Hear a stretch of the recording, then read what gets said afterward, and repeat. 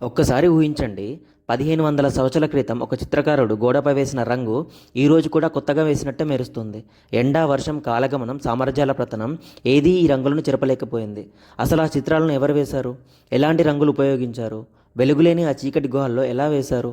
ఇంకా ఎందుకు చెడిపోలేదు? ఈరోజు అజంతా గుహల వెనుక ఉన్న అసలు చరిత్రను, చారిత్రక ఆధారాలను శాస్త్రీయ పరిశోధనలతో తెలుసుకుందాం. మహారాష్ట్రలోని ఔరంగాబాద్ సమీపంలో వాఘేరా నది ఒడ్డున గుర్రపునాడ ఆకారంలో ఉన్న ఒక కొండలో మొత్తం 30 రాతి గుహలను ఒకే కొండను తొలిచి నిర్మించారు.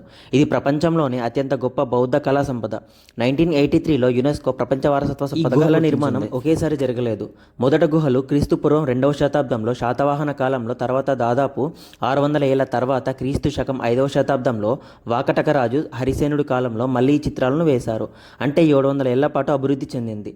దీనికి సాక్ష్యం 7వ శతాబ్దంలో చైనా యాత్రికుడు హ్యుయెన్ తన డైరీలో రాశాడు, ఆకాశాన్ని తాకిన గోపురంలా మెరుస్తోంది అని. అప్పట్లో అజంతా ఇంకా యాక్టివ్ కేవలం ఆలయాలు కాదు, కొన్ని చైత్యాలు, ప్రార్థన కోసం నిర్మించిన ప్రార్థనా మందిరాలు, మరికొన్ని విహారాలు, బౌద్ధ సన్యాసులు నివసించే మఠాలు.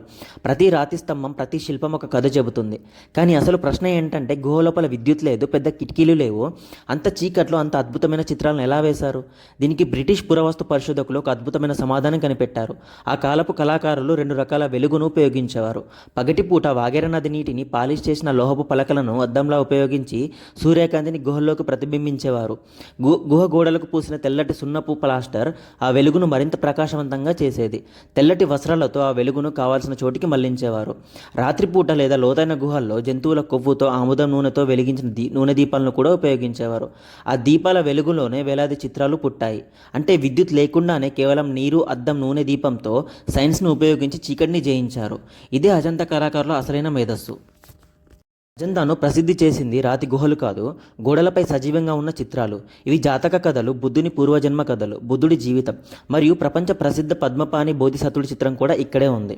ఒక్క చిత్రాన్ని వేయడానికి నెల రోజుల సమయం పట్టేది.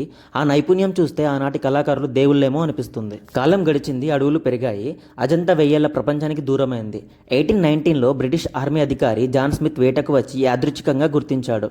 తన పేరు గుహ నంబర్ 10లో చెక్కాడు. కానీ ఆ తర్వాత బ్రిటిషర్స్ కొన్ని పెయింటింగ్స్ని కోసి ఇంగ్లాండ్కి తీసుకెళ్ళడానికి ప్రయత్నించారు. అప్పుడు ఒక నిజమైన హీరో వచ్చాడు, మేజర్ రాబర్ట్ గిల్. 27 ఏళ్ళు ఒక్కడే అక్కడ ఉండి అన్ని చిత్రాలను చేతితో కాపీ చేశాడు. ఆ కాపీలు కాలిపోయినా దానివల్లే ప్రపంచానికి అజంతా విలువ తెలిసింది. ఇప్పుడు అసలు ప్రశ్న, 1500 ఏళ్ళు రంగులు ఎలా నిలిచాయి? చాలామంది మిస్టరీ అనుకుంటారు, కానీ సైన్స్ వేరు. మొదట నేరుగా రాతిపై వేయలేదు. రాతిని శుభ్రం చేసి మట్టి, సున్నం, ఇసుక, మొక్కల పీచుతో ప్రత్యేక ప్లాస్టర్ పూశారు. అది ఆరిన తర్వాత సాధారణ పెయింట్లు కావు. ఎరుపు కోసం రెడ్ ఓచ్రే, పసుపు కోసం ఎల్లో ఓచ్రే, నలుపు కోసం ల్యాంప్ బ్లాక్, తెలుపు కోసం కాలోన్, సహజ ఖనిజాలను దంచి మొక్కల బైండర్లతో కలిపి వాడారు. ఈ ఖనిజాలు కాలంతో పాటు రంగులు కోల్పోవు, అందుకే శతాబ్దాలుగా అందంగా నిలిచింది.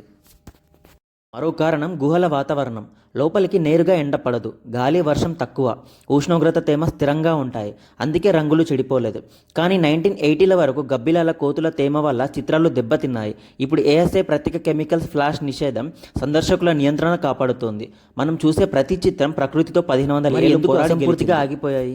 క్రీస్తు శకం 5వ శతాబ్దం చివరిలో హరిసేనుడు చనిపోవడంతో డబ్బు ఆగిపోయింది. కొన్ని గుహలు సగంలో చెక్కిన శిల్పాలు ఇప్పటికీ కనిపిస్తాయి. కానీ అసలు కారణం, ఇప్పుడే 30 కిలోమీటర్ల దూరంలో మరో అద్భుతం మొదలైంది. ఎల్లోరా గుహలు. బౌద్ధం తగ్గి హిందూ మతం పెరుగుతోంది. సన్యాసులు ఎల్లోరాకు మారారు. అజంతా ఒక మతం మార్పుకు సజీవ సాక్ష్యంగా మిగిలిపోయింది. నేడు లక్షలాది మంది అజంతాకు వస్తున్నారు. కానీ ఇది ఒక పర్యాటక ప్రదేశం కాదు. భారతీయ కళ, శిల్పకళ, వాస్తుశిల్పం, బౌద్ధతత్వం, సైన్స్కు కూడా సజీవ సాక్ష్యం. అందుకే 1983లో యునెస్కో ప్రపంచ వారసత్వంగా ప్రకటించింది. అజంతా గొప్పతనం కేవలం రంగుల్లో లేదు, ఆ రంగుల వెనుక ఉన్న జ్ఞానంలో ఉంది. విద్యుత్ లేకుండా వెలుగును సృష్టించిన కళాకారులు, రసాయన శాస్త్రం లేకుండా శతాబ్దాలుగా నిలిచే రంగులు చేసిన నైపుణ్యం, రాతిని దేవాలయంగా మార్చిన వాస్తుశిల్పం, ఇవన్నీ కలిపితేనే అజంతా. ఈ గుహలు మనకు ఒక విషయం చెబుతాయి: నిజమైన కళ కాలాన్ని జయిస్తుంది. సామ్రాజ్యాలు కూలిపోతాయి, రాజులు మారిపోతారు, కానీ జ్ఞానం, సృజనాత్మకత శాశ్వతంగా నిలుస్తాయి.